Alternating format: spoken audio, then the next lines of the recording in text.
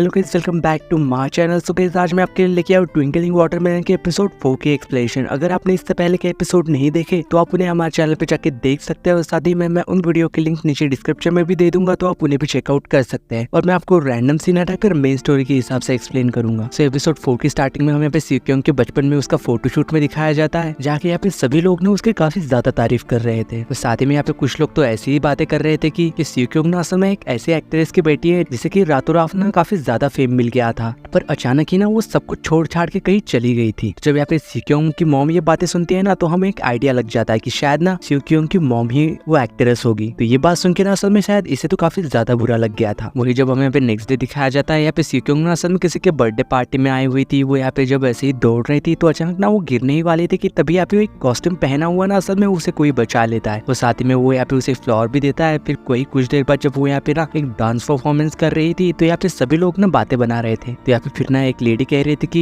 ये लड़की ना बहुत ही ज्यादा टैलेंटेड है, क्योंकि ये ना एक असल में बहुत ही मशहूर एक्ट्रेस की बेटी है। तो यहाँ पे फिर से जब यहाँ पे ये बातें सिक्योंग की मॉम सुनती है ना, तो उसे तो ये बिल्कुल भी अच्छा नहीं लगता है। तो इसी वजह से ना वो फिर यहाँ पे सिक्योंग को वहां से लेके चली जाती है। तो वही जब हमें सीन शिफ्ट होकर रात में फिर से इसे ही दिखाया जाता है, जो कि यहाँ पे ना काफी ज्यादा ड्रिंक कर रही थी और साथ ही में वो खुद के हस्बैंड से कह रही थी कि हम तो खुद की बेटी को ही नहीं बचा पाए, तो हम इसे क्या प्रोटेक्ट कर पाएंगे। तो हमें ये बात पता चलती है कि असल में इसकी बेटी का नाम ना हना था, जो कि किसी वजह से ना वो मर चुकी थी और सिक्योंग ना असल में उनकी अडॉप्टेड डॉटर थी। तो वो असल में यहाँ पे उसके हस्बैंड से कह रहे थे कि ये लड़की ना कभी भी हमें शायद बेटी नहीं बन पाएगी, क्योंकि वो ना ये काफी ज्यादा डिफरेंट है उससे। तो वही यहाँ पे ये बातें ना असल में सिक्योंग ने भी सुन ली थी, जिसे सुन के ना यहाँ पे उसे तो काफी ज्यादा बुरा लग रहा था। वही जब नेक्स्ट डे हमें यहाँ पे दिखाया जाता है, यहाँ पे सिक्योंग ना फिर उसकी मॉम के पास जाके कहती है कि मुझे ना सेलो सीखना है। तो वही यहाँ पे फिर बाद में ना असल में उसकी मॉम यहाँ पे उसे सेलो क्लास में भी ले जाती है। तो ऐसे ही करते हुए हमें दिखाया जाता है कि यहाँ पे सिक्योंग ना इसमें काफी ज्यादा अच्छी हो चुकी थी और टाइम स्किप करके ना हमें यहाँ पे फिर उसे काफी समय बाद दिखाया जाता है, जो कि यहाँ पे थिएटर में ना असल में परफॉर्मेंस कर रही थी। फिर परफॉर्मेंस खत्म होने के बाद दिखाया जाता है कि यहाँ पे उसकी मॉम भी ना काफी ज्यादा खुश लग रही थी उससे। इसका मतलब कि शायद ना इन दोनों के बीच में सब कुछ ठीक हो चुका होगा शायद। वही जब सीन शिफ्ट होकर हम यहाँ पे इन दोनों को, जो कि अभी भी ना स्टोर रूम में ही फंसे हुए थे, वो यहाँ पे उससे कह रहा था कि मैं ना तुम्हारे मुंह से हाथ हटाऊंगा लेकिन चिल्लाना मत। साथ ही में कह रहा था कि तुम मुझे ऐसे क्यों देख रही हो, कुछ बोलो तो सही। पर वो ना कुछ भी नहीं कह रही थी। तो यहाँ पे वो ना काफी ज्यादा ऑकवर्ड सा हो गया था। वो यहाँ पे अजीब अजीब से बातें कर रहा था, कहीं तुम मुझे देख के मेरे साथ प्यार में तो नहीं पड़ गई, क्योंकि मैं बहुत ही ज्यादा हैंडसम हूँ इसलिए। और वो खुद ही ना इन सब बातें कहते हुए ना खुद पे ही हंस रहा था शायद। साथ ही में कह रहा था कि अब ना मुझे काफी ज्यादा अजीब लग रहा है, क्योंकि मैं अकेले ही बातें कर रहा हूँ, तुम कुछ कह ही नहीं रही। एटलीस्ट तुम मुझे अपना नाम तो बता ही सकती हो ना।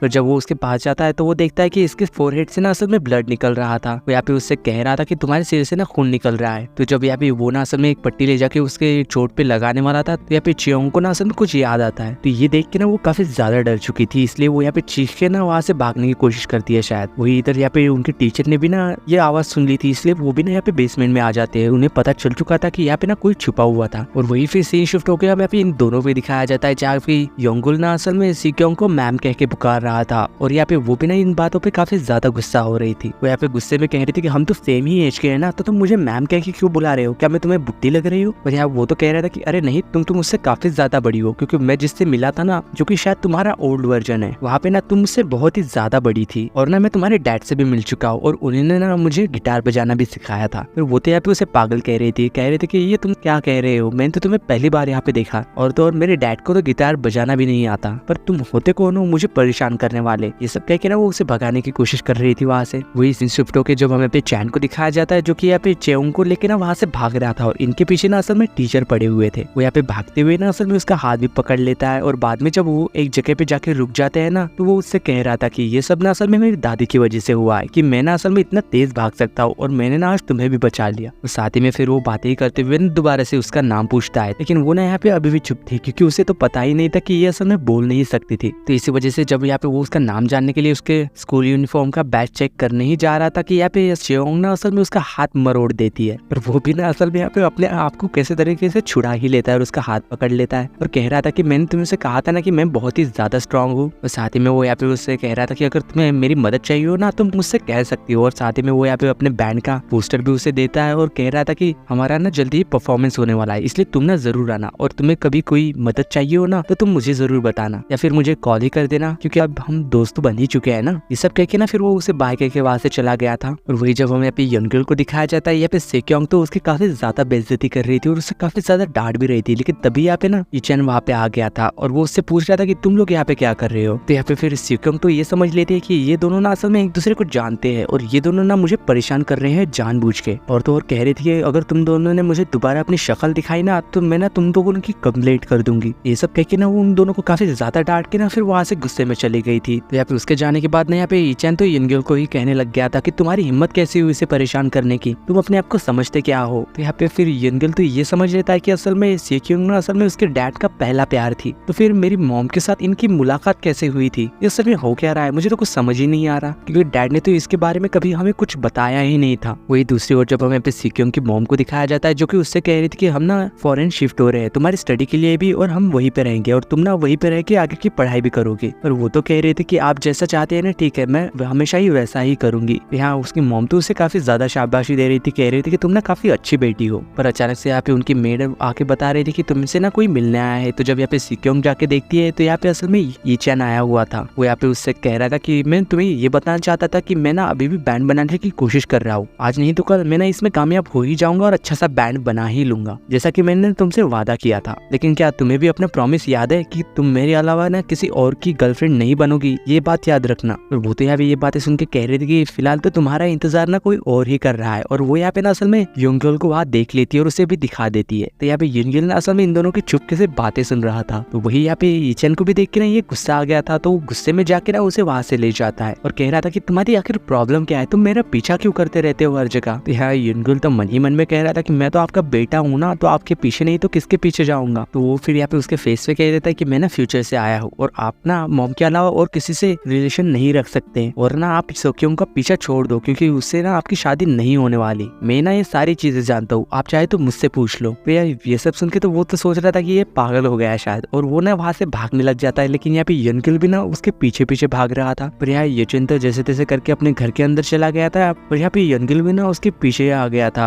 यहाँ पे वो ना जब उसकी दादी को देखता है तो वो काफी ज्यादा इमोशनल भी हो गया था। तो हमें यहाँ पे पता चलता है कि असल में यहाँ पे यंगल की दादी यानी कि ईचैन की मॉम ना उसके काफी ज्यादा पिटाई कर रही थी क्योंकि उसके स्कूल में ना काफी कम नंबर आए हुए थे। तो यहाँ पे फिर ना वो उसकी मॉम की मार से बचने के लिए कह देता है कि मैंने ना ट्यूटर रखा है अपने लिए ताकि मैं ना अच्छे नंबर ला सकूं, यानी कि वो यंगल की बात कर रहा था। यहाँ पे इस बात पे उसकी मॉम तो शायद खुश हो गई थी और कह रही थी कि ठीक है मैं ना पहले इसकी टेस्ट लूंगी, यानी कि यंगल सच में ट्यूटर बनने के लायक है भी या नहीं। तो फिर जब यहाँ पे वो जो कोई भी सवाल उससे सॉल्व करने के लिए कहती है ना, तो यहाँ पे यंगल ना बड़ी आसानी से बहुत ही जल्दी वो सॉल्व कर देता है क्योंकि वो ना पढ़ाई में काफी ज्यादा अच्छा था। तो ये देख के ना ये सभी लोग काफी खुश हो गए थे। उसकी मॉम तो काफी ज्यादा है कि उसके बेटे के लिए ना एक ट्यूटर मिल गया। तो इसी वजह से यहाँ पे वो शाम को ना इस बात को सेलिब्रेट भी करते हैं। यहाँ पे उसके सभी दोस्त आए हुए थे, साथ में यहाँ पे खाना खाते हैं, डांस करते हैं और काफी मस्ती भी करते हैं और खुश लग रहे थे सब लोग। तो यहाँ पे यंगल भी सोच रहा था कि डैड ना पहले कितने ज्यादा खुश हुआ करते थे, तो फिर ऐसा क्या हो गया कि अचानक से उनकी आवाज ही चली गई। बाद में कुछ देर बाद ना ये सो गए थे। वही जब नेक्स्ट डे हमें दिखाया जाता है, यहाँ पे यंगल जब उठता है ना वो देखता है कि उसके पास कुछ कपड़े रखे हुए थे जो कि ईचैन ने उसके लिए दिए थे, और साथ ही में यहाँ पे एक चिट्ठी भी थी। वो जब यहाँ पे बाहर जाता है तो अचानक से ना बेल रिंग होने लगती है। वो जब यहाँ पे फोन उठाता है तो यहाँ पे ना ईचैन उससे बोल रहा था कि मैंने अपना जिम सूट घर पे ही भूल आया, जल्दी से मेरे लिए लेके आओ वरना मुझे ना फिर से पनिशमेंट मिल जाएगी। वही जब बाद में दिखाया जाता है कि यहाँ पे यंगल ना उसका स्कूल पहुंच गया था लेकिन उसे तो वो मिलता ही नहीं, और साथ ही में जब वो एक जगह जाता है तो उसे ना वहाँ पे एक गिटार रखा हुआ मिलता है। तो इस गिटार को देख के ना उसे तो उस गिटार की याद आ जाती है जो कि उस बूढ़े अंकल ने इसे दिया था। तो इसी वजह से ना वो फिर यहाँ पे उस गिटार को बचाना शुरू कर देता है, और साथ ही में यहाँ पे एक लड़का भी सोया हुआ था जो कि उसकी आवाज सुन के उठ जाता है, और ये ना काफी ज्यादा अच्छा बचा रहा था। वही इन दोनों को जब दिखाया जाता है, ये ना एक गिटारिस्ट को ढूंढ रहे थे उनके बैंड के लिए। वो यहाँ पे काफी सारे पोस्टर भी इधर उधर चिपका रहे थे, लेकिन तभी अचानक से ना इन लोगों को स्टूडियो से गिटार की आवाज आती है जो कि काफी अच्छी सी थी। इसी वजह से जब वो यहाँ पे भाग के जाके देखते हैं, लेकिन तब तक तो यंगल वहां से जा चुका था। यहाँ इन दोनों को ना कोई भी नहीं मिलता, पर यहाँ पे उनका दोस्त वहीं पे मौजूद था जो कि उन लोगों को बता रहा था कि यहाँ पे एक बहुत ही अच्छा लड़का आया था जिसने कि काफी ज्यादा अच्छा गिटार बजाया था, पर वो ना अभी अभी चला गया है। अगर तुम्हें उसे ढूंढना है तो जल्दी से जाओ वरना वो निकल जाएगा। तो इसी वजह से ये दोनों ना फिर से भागते हुए बाहर चले गए थे उसे ढूंढने के लिए। पर तभी अचानक ने यहाँ पे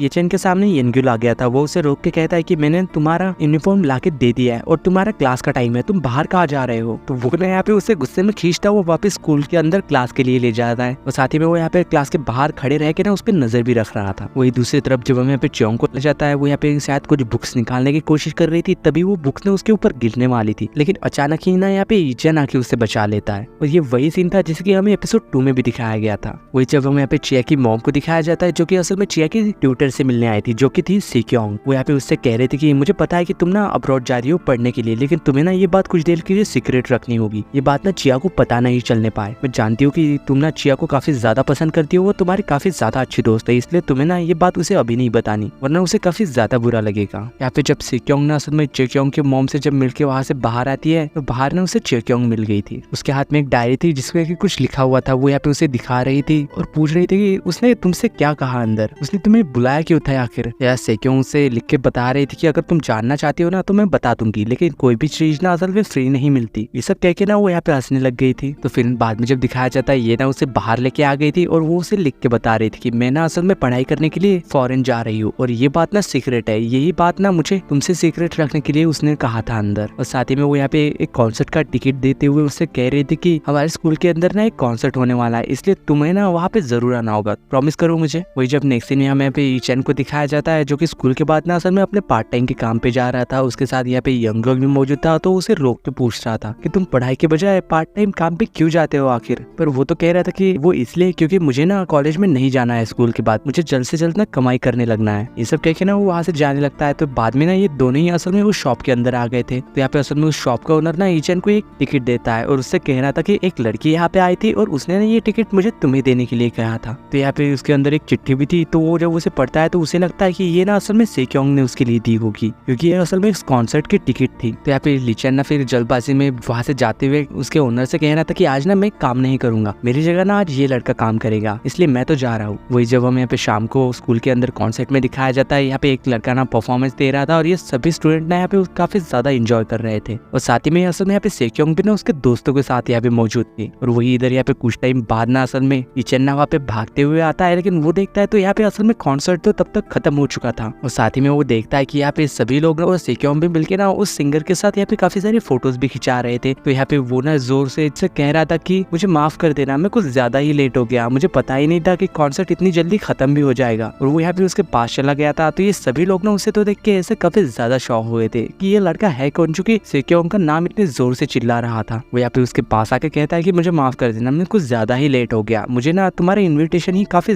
लेट मिला था, इसलिए मैं लेट हो गया। पर यहाँ पे वो तो शॉक हो गई थी और उससे पूछ रही थी कि तुम यहाँ पे क्यों आए हो, मैंने तो तुम्हें नहीं बुलाया। तो वो तो कह रहा था कि अरे ये तुम कैसे बात कर रही हो, तुम्ही ने तो मुझे इन्वाइट किया है ना। तो वो यहाँ पे जब कॉन्सर्ट टिकट निकाल के उसे दिखाने ही वाला था कि यहाँ पे सेक्योंग ने उसे काफी ज्यादा चिल्ला रही थी और कह रही थी कि तुमने तो कहा था कि तुम ना अपने वादा अच्छे तरीके से निभाते हो, ऐसे ही ना उसे काफी ज्यादा डांट रही थी। लेकिन यहाँ पे पीछे ही ना इंग्युल भी खड़ा हुआ था जो कि ये सब बातें ना सुन लेता और उससे कह रहा था कि ये तुम क्या कह रही हो, किसने कहा कि हमारे पास बैंड नहीं है, हमारे पास बैंड है। तो यहाँ पे वो लड़का जो सिंगर था वो यहाँ पे उससे कह रहा था कि मुझे नहीं पता था कि सेक्योंग के दोस्त के पास भी एक बैंड है और वो भी परफॉर्म कर सकते हैं, मुझे माफ करना, तुम लोगों ने मेरा कॉन्सर्ट मिस कर दिया, क्या तुम प्लीज मेरे लिए कुछ बजा के दिखा सकते हो। पर यहाँ पे सेक्योंग तो उससे कह रही थी अरे रहने दे, तो इन्हें ना कुछ नहीं आता, ये बस ऐसे ही फेंकते रहते हैं। तो यहाँ पे यिनगुल ना बड़ी ही स्टाइल के साथ गिटार को उठा लेता है और वो यहाँ पे येचेन से भी कह रहा था कि चलो ना हम इन्हें परफॉर्मेंस करके आज दिखा ही देते हैं। और साथ ही में उससे कह रहा था कि तुम्हें ज्यादा कुछ नहीं करना है, तुमने जो कल रात गाना गाया था ना वही आज परफॉर्मेंस करेंगे। तो फिर यहाँ पे ये मिलके ना सभी लोग परफॉर्मेंस देने लग गए थे। यहाँ पे येचेन भी ना काफी अच्छा गाना गा रहा था और यहाँ पे जो लोग वहाँ से जा रहे थे वो सभी लोग यहाँ पे रुक के ना असल में इनका परफॉर्मेंस एंजॉय करने लग जाते हैं और ये सभी लोग ना काफी ज्यादा खुश लग रहे थे। हालांकि यहाँ पे शायद सेक्योंग को ना ये चीजें पसंद नहीं आती, इसलिए वो यहाँ पे ना चुपचाप वहाँ से चली गई थी। और यहाँ पे यिनगुल भी मन ही मन में कह रहा था कि मुझे ना ये बात अभी भी यकीन नहीं हो रही कि मैं ना अपने डैड के साथ परफॉर्मेंस कर रहा हूँ और मेरे डैड इतना अच्छा भी गाना गाते हैं। वही जब नेक्स्ट सीन में दिखाया जाता है कि ये दोनों साथ में वापस घर जा रहे थे तो यहाँ पे ईचेन ना यिनगुल से कह रहा था कि तुमने ना काफी ज्यादा अच्छा काम किया आज, तो क्या तुम मेरे बैंड में सच में आना चाहोगे। तो यिनगुल तो कह रहा था कि उस लड़की ने तुम्हें इतना ज्यादा गुस्सा किया, तुम्हें इतना ज्यादा नीचा दिखाया, तो क्या तुम अभी भी उस लड़की के लिए ये बैंड स्टार्ट करना चाहते हो, क्यों। पर वो तो कह रहा था कि तो क्या हुआ, मैं अपनी लाइफ में वो सारी चीजें करना चाहता हूँ जिससे कि मुझे खुशी मिलती है, वो चाहे प्यार हो या फिर बैंड हो। पर तभी जब वो यहाँ से जा रहे थे तो ये ईचेन देखता है कि यहाँ पे एक लड़के का ना गुब्बारा उठ रहा था। तो जब उसे पकड़ने जाता है तो उसका ना असल में यहाँ पे एक्सीडेंट होने ही वाला था कि यिनगुल ना आके उसे जैसे तैसे बचा लेता है। तो इसी वजह से वो दोनों जब नीचे गिर गए थे तभी यहाँ पे ना यिनगुल को वही बात याद आती है। असल में उसके डैड ने उससे कहा था कि मुझे ये असल में ये जो चोट लगी है ना गर्दन पे, ये असल में एक एक्सीडेंट की वजह से लगी है और तब से ही ना असल में मुझे सुनाई देना बंद हो गया था। तो इसी वजह से वो यहाँ पे काफी ज्यादा शॉक हो गया था और वो यहाँ पे काफी हैरानी से उसकी गर्दन को देख रहा था। तो उसे पता चलता है कि यहाँ पे तो कोई निशान है ही नहीं।